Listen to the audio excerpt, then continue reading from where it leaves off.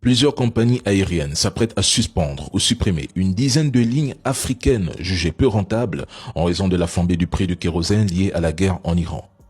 Les compagnies européennes annulent des centaines ou milliers de vols en Europe et sur certaines routes, moyen courrier, long courrier et augmentent les prix.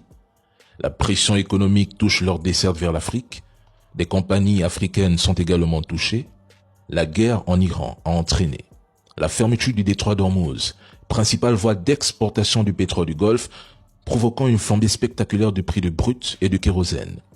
Le coût du carburéacteur a presque doublé en quelques semaines, rendant de nombreuses routes long courrier et vers l'Afrique économiquement intenables.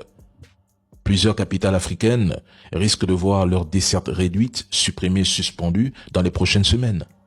Les compagnies aériennes africaines, déjà confrontées à des coûts de carburant élevés et à une dépendance importante au hub du Golfe, subissent également de plein fouet cette guerre.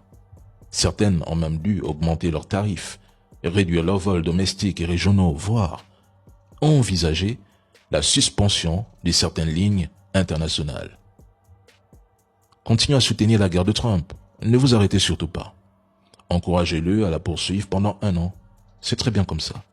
Mais si l'Iran décide de fermer le détroit de Bab el-Mandeb ou de viser des câbles sous-marins, ce qui reste une possibilité évoquée dans le contexte actuel, on verra alors jusqu'où ira votre soutien à cette guerre d'agression menée par Trump et l'entité quand elle affectera brutalement vos poches.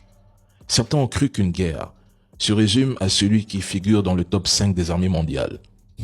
Vous oubliez que ces classements, prétendant désigner la première puissance mondiale ou même africaine, je sais pas, ne prennent jamais en compte de nombreux facteurs essentiels, par exemple la guerre asymétrique.